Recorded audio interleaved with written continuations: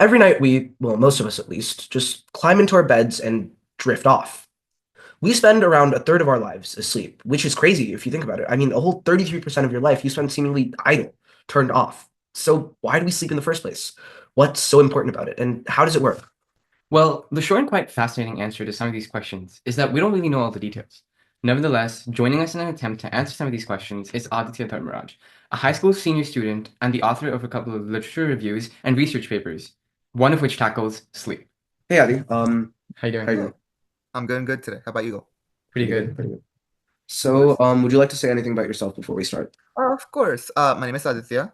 I'm a senior at Rouse High School, and I have done a lot of research concerning the sleep habits and basic sleep methods and how cultural sleep aspects affect humans. I've done a bunch of sleep studies on different people, experiments as such. I've learned a lot about sleep in my research, and I'm here to share with you guys. Right, cool. And yeah, so we had a couple like questions, three main sections for you today, and our first one was what happens in the brain during sleep? What happens in the brain during sleep is an excellent question to start off with us first, because I can go over the basics of sleep and the basics of how our brain functions overall. See, first I would have to define sleep. Sleep is a restorative state for the human body, and therefore it happens during day or night. It's not certified, as sleeping during night is a human function that is acquired since hundreds of thousands of years ago, because most creatures saw night as a threat. We first know that. And since then, we've slept at night. But we also know of some predators who sleep during the day and hunt at night. Yeah. Those also exist. See, if you look at all these different patterns, you come into something called the circadian rhythm. The circadian rhythm is how our brain adapts to sleep and how it works around us. Like over a whole day, right? Although, yes, it is the whole day. Circadian rhythm is from the morning to the night to how much sleep we get, which is to how much time we're awake, to what part of the world we're in. See, humans are naturally wired to sleep during night and wake Right. up during the day. Some people, some people, if you see, they can't sleep long periods during days. They just can't. Yeah.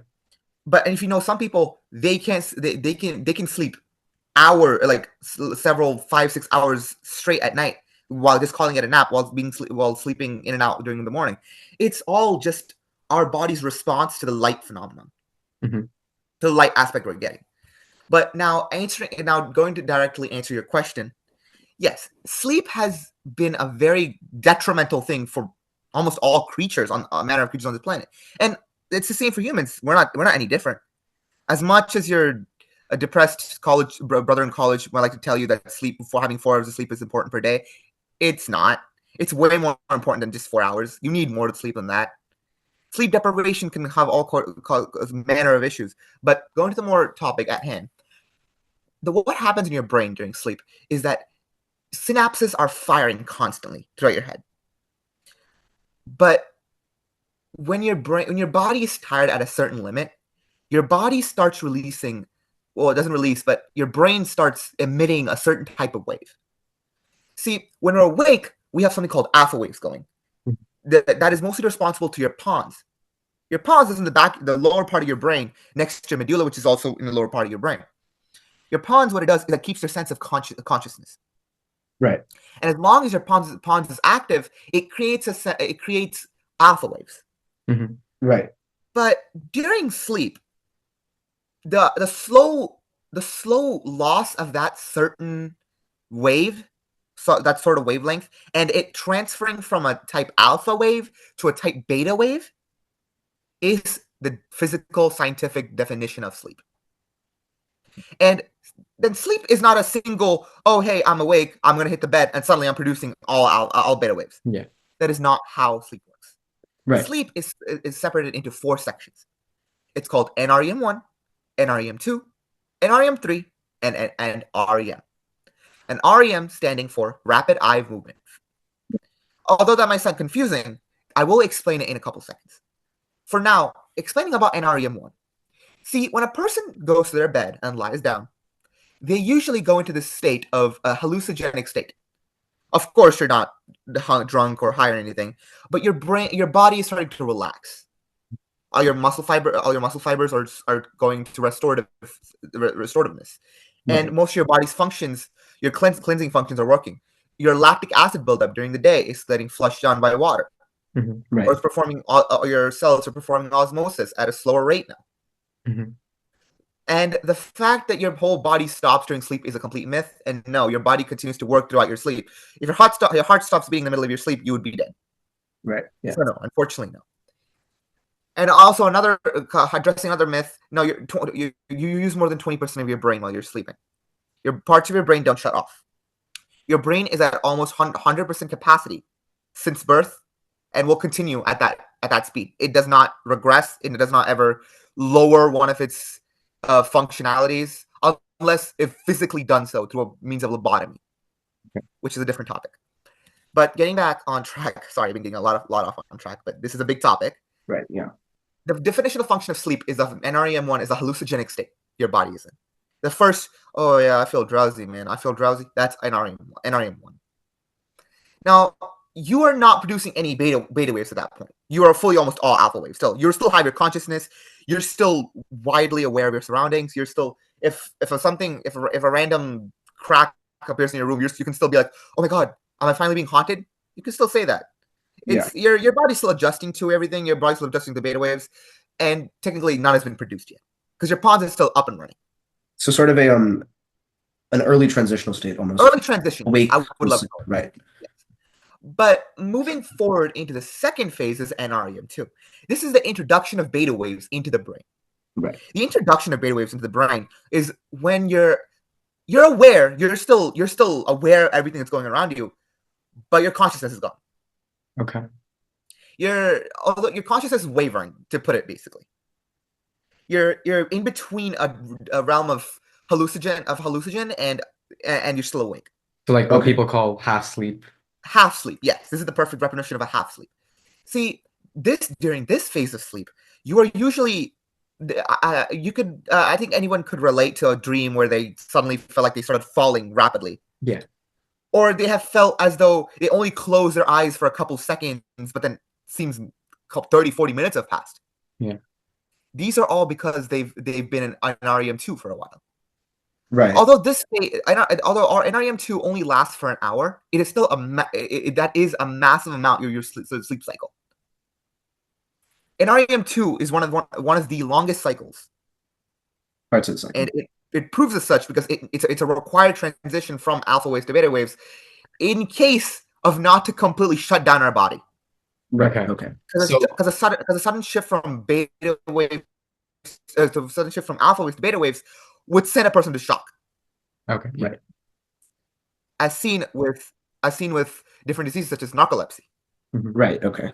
But moving on, the third phase of sleep. This is the entering the deep sleep area. At NREM3, your brain has been completely 99% filled over with beta waves. Alpha waves barely exist anymore, or sometimes at middle stages of NREM3, they're gone completely.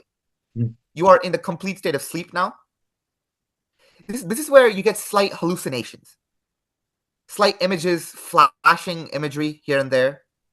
Sort of like half dreams. Not half dreams. You're kind of seeing some flashes of light here and there. You're starting to feel like you're floating. You feel like you're not in your bed anymore. Okay. But you're not necessarily consciously aware of these things. You're not consciously aware of anything at this point. You can't feel your surroundings anymore. Okay. You're completely unaware. So this is what I call proper sleep. Okay. In my opinion, it's going to be called proper sleep. Although your body isn't restoring anything right now. Your body isn't restoring itself or anything. Your muscles are still working. It can still move. You can still twitch. Your body still moves and everything. Yeah. Like you could still wake up and you could still if you're in a dream, let's say you're trying to grab a big sword or something. Your arm still moves. Okay. That is why your dreams are not as descriptive in this state. It's a more like colors flowing in the sky in a black sky. It's very it's sort of an initial hallucinogenic state. It's not a yes, to be put in the most precise state. Yes.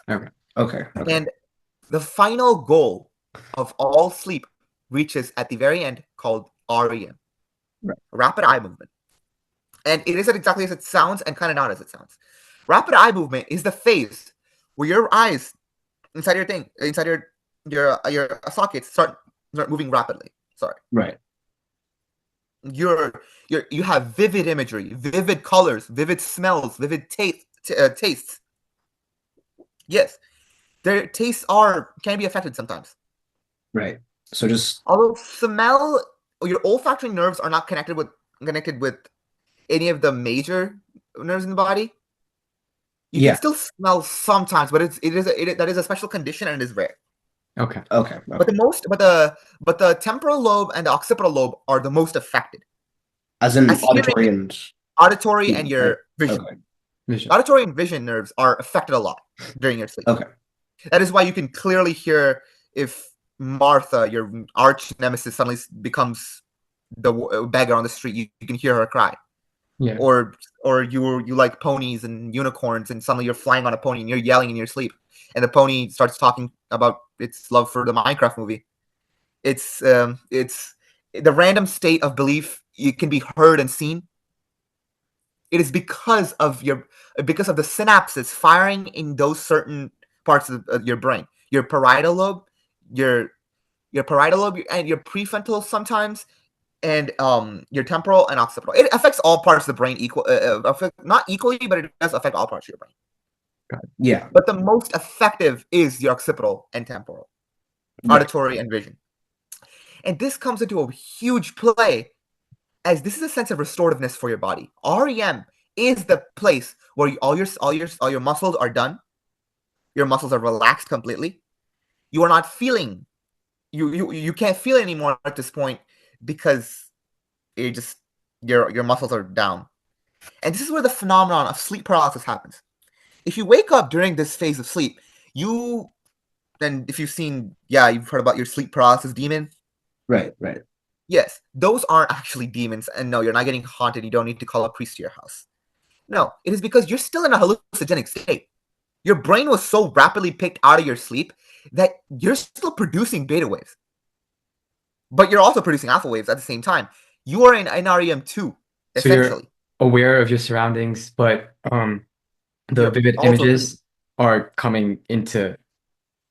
into life, yes. Okay. And no, if you woke up in the middle of the night, you won't see a perfectly demon with perfect horns with perfect clarity standing in front of you. That does not happen. Yeah. What you will see is you'll see parts of your room getting morphed into something else. And it's not always a demon. No, trust me, it's not always a demon. I've experienced some episodes of it myself, and I can say my my AC turned into my AC, on the left of my room turned into a cannon, or my desk turned into a car, and suddenly there were like slow orbs floating in the air. Right. It doesn't. It's completely. It's just sensory. It's completely your senses are overloaded with two different types of information. Your brain doesn't know which one to believe: your synapses or what it's seeing with its eyes open right now. Right. So And you cannot physically move during that state because you're in NR. You just came out of REM. Right. So that was really informative, first of all. Thank you. Just as far as a general overview of what happens in the brain during sleep. I did have a couple of questions though. Of course. So I remember you mentioned in the beginning that NREM one or NREM one was a sort of hallucinogenic state and sort of a relaxed conscious state. Mm-hmm. When you say hallucinogenic, do you mean you also experience like things such as in NREM two, like different colors and sensations? At this point, no. You're just feeling tired at this point because you're not producing any beta waves. When I Right. meant as in a hallucinogenic state, I mean it's the same as drinking a whole bottle of alcohol. okay. You're So essentially in a drowsiness, drunk. essentially. You're a very tired, drunken state. If you Okay. ever woken up in the middle of the night and to go to the bathroom, you're in a slight state of wobbly. Swaying Super. around. So Yes. more of really drowsy than necessarily hallucinogenic, right? Yeah, it's drowsiness more of. I would give it that. And Okay, drowsiness. that brings you to a very important point. Your brain, after you finish REM, it doesn't immediately go to the beginning to go through NREM one again. After REM is NREM 3, then NREM 2, then NREM 1, then it stops and it stays in NREM 1 for a bit, then it goes back to NREM 2, then NREM 3. It's a back and forth. It's a continuous cycle. It's a continuous cycle that sort of loops back It is and a continuous Okay, cycle. I see. That loops back and forth. Yeah. Okay, that's cool. And also, as far as REM, would you say that's where like most dreams happen, basically? Mm-hmm. Mm-hmm. Okay, that's where most dreams happen. And final thing, I know I'm going on a bit of a tangent, but As far as brain waves, you said the brain sort of emits alpha and beta waves. When you say that, do you mean sort of like the electrical activity of the brain is synchronized within like a set frequency and amplitude as far as Okay. waves, or are they like Yes. Your okay, brain. Okay. Every human does have bioelectricity. Believe it or not, we do have electricity within us. right? That is how our synapses fire and work. Our body actually communicates. Our spine is a neural network that uses electricity to tell the body what to do. That is why your body will start twitching if you go near, like if you touch a voltage, because your body's getting wrong signals. Because it operates on sort of bioelectricity, It operates. Your body is kind of a mechanism. It is kind of like a robot. right? Okay. And We also use electricity. We're not 100% human. We also use electricity. So all electricity and all weight and stuff like that are use magnetism. Therefore, are waves in yeah, certain frequency and wavelength. Got right. it. So to summarize it all, basically, what happens in the brain during sleep is that it's a cycle of Yes. REMs, and you dream most when you're in REM Yes, you do. versus drowsiness in NREM1. Yeah, NREM1 would be drowsiness. Yes. Okay. So Adi, during the stages of sleep, you talked about dreaming. What happens when we dream? Dreaming is a huge topic that goes a little bit into psychology too.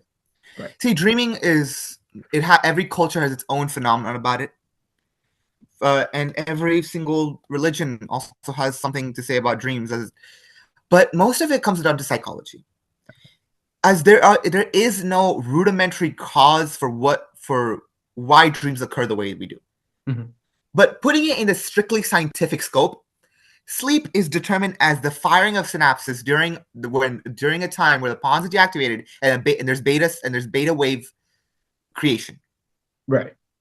Synapses fired during a sense of unconsciousness creates vivid imagery inside our cortex Okay. and provides a wide loop of information and thought. And Right. there was actually a very very very famous psychologist of the name of Sigmund Freud who theorized some major theories about sleep, one including the psychoanalytical theory, which say that all your thoughts are for all your dreams are just thoughts from that day manifested into a cycling phenomenon. As basically you'd go to sleep thinking about carrots, then turn carrots orange to orange, then from orange to copper on on the Lady Liberty, then from Lady Liberty to a statue to Mars because there's a stone in it. It's your brain hops around from one idea to another idea using something called the psychoanalytical principle. It's Okay. Sigmund Freud's way of things, but it's also humanistic perspective, which argues that dreams are your future aspirations, Mhm. which I personally have my own co-holdings about. I'm pretty sure I'm not dreaming about some pigs flying while rockets being stuck to them while my mom comes to tell me that I'm pregnant. I'm pretty sure that doesn't really happen. That's not what I'm aspiring to do in the future. But there definitely is certain truth value to that because dreams can sometimes represent what you want to do in the future or what you've done that you feel proud of. It could represent something. These are all theories of sleep. Right. Although sometimes it may not be the best theory according to your own thought process. So would you say the current best theory, or something that best describes it might be the psychoanalytical, as in like I would say that in my own opinion. If I said otherwise, I would be starting a major war with any psychologist watching this. yeah, okay. There's going to be 50 people down in the comments arguing that the humanistic is right. One's going to argue the Laurent way, the Yves Laurent way is right, and there's going to be 10,000 different arguments. Right. It's really just opinionated and based It really just depends on what the person believes. Okay. So it's kind of like a mix of your thoughts before you sleep and honestly up to your own imagination. That is what the psychoanalytical theory says. But Mhm. also, you have to take into consideration Sigmund Freud was constantly on drugs and yeah. was highly addicted to cocaine while making this. Didn't he like Okay. die of lung cancer? Because He might have. he I'm like not exactly sure of the cause of his death, but he was not in the most stable state of mind. But considering he did make 90% of modern psychology, Mhm. Yeah. I would call it the most credible resource, in my opinion. Right. Okay. But mostly moving on, looking at its scientific value, it is just a synapses firing in a certain way Okay. that creates Free of sort of vivid normal imagination. conscious experience. Yes, but why do the synapses fire in those certain ways? Nobody really knows. We just Nobody have really knows. psychological theories, really. That's psychology. But coming back to the whole topic of dreams, did you know that humans actually dream almost 8 times a night? We have 8 separate dreams per night. But thing is, we are not in a context to be able to remember them. Of a really fun way to imagine what a dream would be like is to use AI. I know, as much as some people are against the use of artificial intelligence in art or video making, it is a very good indicator of how to depict and analyze dreams. Because technically, to put, dreams is a random set of variables clicking at the exact time to make certain pictures and variables. This connects to computer science actually too, because AI uses a set of random digits and variables to put colors and binary code into certain exact places to create what looks like an image or outcome of what it thinks it should be. Yeah. So I think it's a really good indicator of what a dream should be. So like connecting multiple pieces together. Yeah, just it's putting in, it's like a unequated collage of information going through your brain. It's never fully whole, never fully not whole. Yeah. And this concerns with lucid dreaming too.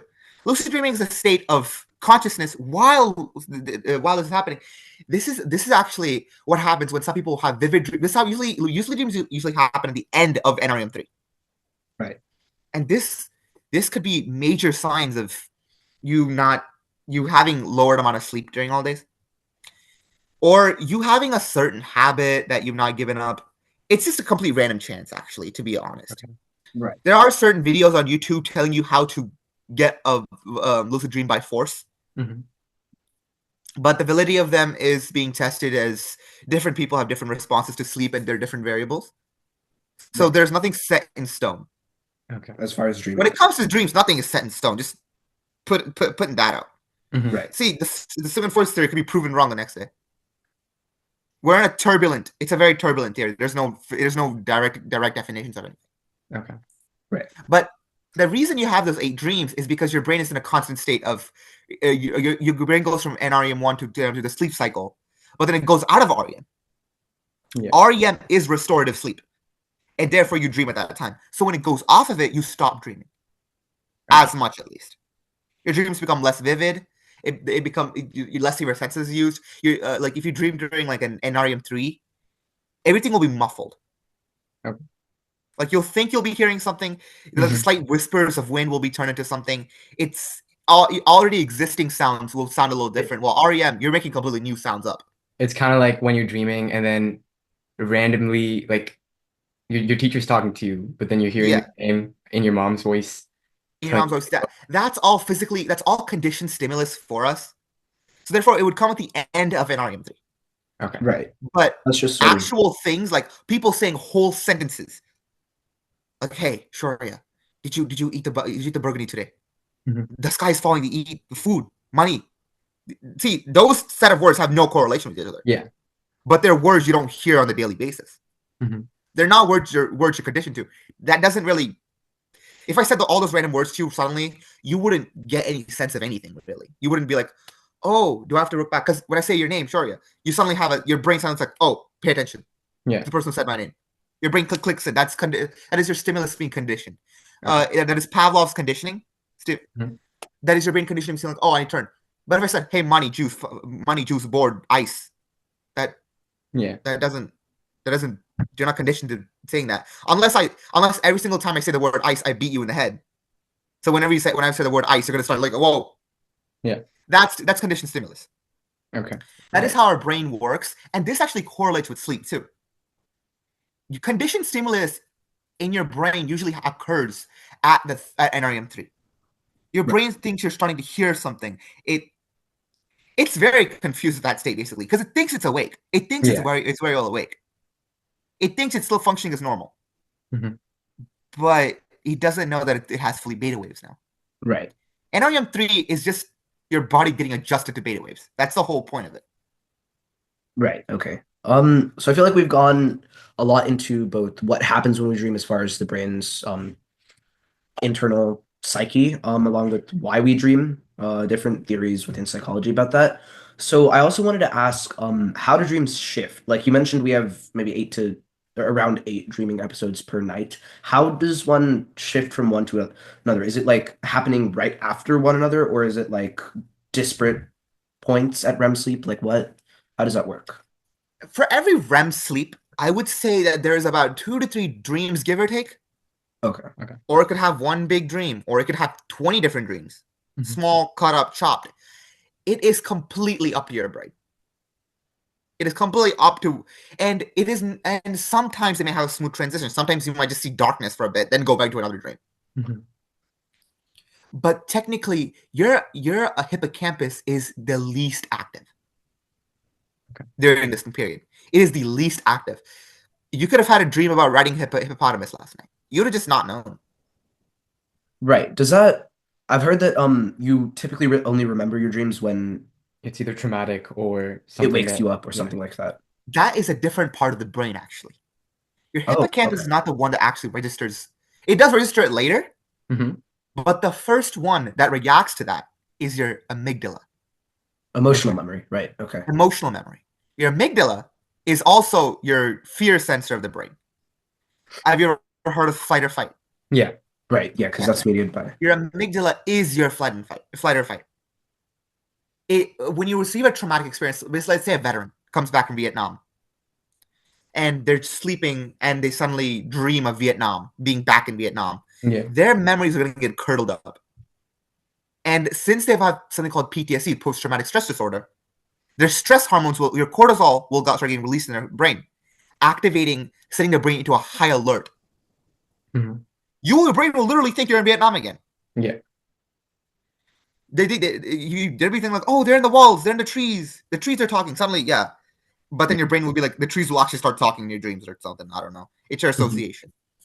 But since this is happening, your brains actually go into pure alertness. Okay. See, this is the most scariest time. When your brain goes into pure alertness, there have been some cases of people having a spike in heart rate and die. People with heavy heart diseases are told to have strict sleeping schedules. If you ever realized that, if you've never heard of it, that actually happens when you actually get a heart disease or something. They advise your sleeping patterns.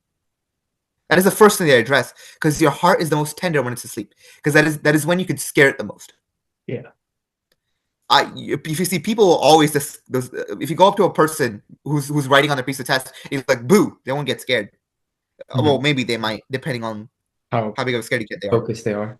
Yeah, but technically, they're gonna be way more scared if, example, don't do this. Do not do this at your home. If you go to your grandpa or grandma when they're sleeping and you be like, "Grandma, wake up! Grandma, I pooped my pants." They're gonna wake up with a shudder. They're not gonna wake up like, huh? Oh, sure. And so they're gonna be like, "Oh, hello, yeah, I'll do it right now." They're not gonna wake up like that. They're gonna be Yeah. like, sure, or, oh my god, they're gonna. It's either one of these two. Yeah. It is never sure. That means there was never in sleep. They're just acting. Yeah. Right. Yeah. So that brings us back to the original topic.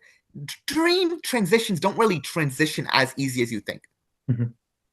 It's a whole complicated process, and there's actually very special places where the dreams are recorded. They're called sleep experiment labs, Okay. sleep labs. They're all around areas, and what they do is that they have people come over and sleep for them overnight while their brain activity is measured of all overnight. Your beta waves are not one single beta waves that just go like this constantly. Mhm. They actually shift and alter. Okay. From beta wave to like Some beta something. waves, they don't shift anyway. They become different frequencies of beta waves. Oh, Until they're just sometimes, if depending on how much traumatic of the dream is, they might just completely switch frequency and become alpha waves, Okay. which immediately jolts awake your brain. Yeah. That is how you get. That's how you get nightmares. That's what you call nightmares. Mhm. You ever woken up from a nightmare before? Yeah. That is because your brain went through something traumatic, and your beta waves turned from intermediate beta waves to alpha waves. That is what I would describe dream as. So, quick question. When you're talking about nightmares, Mhm. how does your brain, like you said that even when you're sleeping, you could go into a fight or flight situation. How does your brain know that, okay, you're sleeping and you have to wake up from that nightmare? Like Your what? brain doesn't know. Your brain thinks it's alive. It's still your brain fully thinks it's not in a dream. So you only realize that you were actually sleeping when you wake Wake up, up. right? Once you wake up, yes. So Okay. what does prompt the eventual waking up Yeah. from? Is it just because of the It's your rapid amygdala. procedure? Okay. Or- Our human senses have so that we every single time we're sleeping, if something sudden happens, like sudden sound comes up from somewhere else, Mhm. our brain jolts awake Okay. because it's a survival sense. Yeah. It's if an animal attacks you in the middle of your night while you're sleeping, you're not going to save yourself. That's why your brain has physically conditioned itself through years of evolution, not years, millennia of evolution that said, hey, you're going to jolt awake whenever there's any sense of danger around you. Yeah. So jolting awake That, might be like just downstream activation of the pons or just something that yeah. happens in response to Yeah, sleep. yes, yes. Okay. So And because technically, as I said before, your temporal lobe and your occipital lobe are full functioning right now. yeah. Your brain can still take in sound. Mhm. Although it can't take in vision because your eyelids are closed. If your eyelids are open, you can still see. Yeah. But your ears are perfectly fine. They're perfectly working. Right. So your ears, if there's any loud sounds, Mhm. your brain will immediately go into alertness. Got it. And as much as you sometimes hate yourself for doing for a test or something, your body loves you. That is, yeah, that's when they say, if nobody loves you, love yourself at least. Yeah. Your body loves you. It doesn't want you to die. Yeah. As much as you want to like think about that, it doesn't want you to die. Okay. It will literally go out of its way, try anything to make sure you don't die. That is why your amygdala exists. Flight or fight. If any sense of danger comes next to you, it'll pour adrenaline. It will pour as much adrenaline into your body. It just wants you to survive. It says, "Oh, I don't care anymore. Forget everything. Here, make everyone's heart beat faster. Send everything into overdrive." Yeah. That is what you would call waking up from a nightmare. The second you wake up from a nightmare, you have adrenaline. You will have adrenaline. Right. Yeah. Okay. Which is why the That is how the and sense of switching from beta to alpha works. Your pons is switched awake like that because of your adrenaline. okay. Your adrenaline glands spike your brain activity, and basically the frequency goes like this. Mhm. It crushes the wavelength. Okay. Your adrenaline just crushes the wavelength, making it alpha waves again. That's quite interesting. So just moving on from that. Yeah. So another topic that is in sleep is what happens when you don't sleep. Oh boy. Yes, there are, and I don't really need to say this to anyone, but sleep is very important, as any normal human would tell you. It's not even a hidden fact that, yes, sleep deprivation is a very real thing, and it affects 47% of the human populace. That is a lot. That is a large variety. Almost 47% of the human population suffers from sleep deprivation. Although not as clinically diagnosed sleep deprivation, Mhm. a study done in England actually says that 47% of the people are sleeping anywhere from less than 7 hours per night. 7 to 6 hours per night, as 47% of people are not even getting that. And this is a big issue. Mhm. Sleep is your restorative state of the body. You need your REM. And sorry if I sound passionate right now, you need your REM. Yeah. Your body, but if you do not get some REM because of if you've been playing games all night, which no life. If you just decide to sleep all night, or like you decide not to sleep all night and you just decide to work, you decide to like have a job or go outside with your friends someday, or like you don't have some sleep, or you have to sleep 4 hours per night. Let's say you go through one REM cycle at that point, because REM cycle is 3 hours. Right. You get one REM cycle in. Now that starts the issue. Your body needs about 2 REMs, give or take. Although we can't tell you how much your body needs, because that's based on how much you worked out that day, how much you And usually sleep, what six you to ate that day. 6 to 8 hours of sleep. 6 to 8 hours of sleep is the bare minimum requirement for certain people of the average. It's completely average. It is Yeah. a base analysis. Older people sometimes need 10 hours of sleep per day. Mhm. Well, children could have 5 hours of sleep per day and be perfectly fine. Yeah. It is a complete mean. It's a mean average. Does that mean sleep 8 hours? No, sleep as much as you feel as you're rested. Yeah. If you're going to work every day looking like a zombie on a slice of pizza, a slice of sandwich, on a coffee that has too much grounds in there, you definitely have sleep deprivation. A good sign of sleep deprivation are the black spots below your eye. Yeah. That's actually a symptom of stress. Wait, look, I'm getting this. Yes, that is a symptom of stress. That is because your body is trying to catch up on REM sleep so bad. It is moving your eyes faster than it should. Okay. It's putting your brain's activity higher and therefore using your eye more, or it's sagging your face. Technically, losing sleep could make you not eat as much, could lower your physical activity. It affects your digestive, your muscular, your skeletal. It affects everything. Because it's a restoration process. It's a restoration process. Your body doesn't restore. Yeah, no. It's not. It's like doing 2 reps of bars where your gym trainer said you couldn't even do 1. It's not doesn't make sense, nor does it help you in the long run. Right. So sleep. But to put it, okay, but seriously, the possible diseases that could come out of it are insomnia, sleep apnea, are all examples of people who can't sleep as much due to other issues, such as sleep apnea. And a popular example is a respiratory issue. If you go into REM, their respiratory system actually kind of starts shutting down. Okay.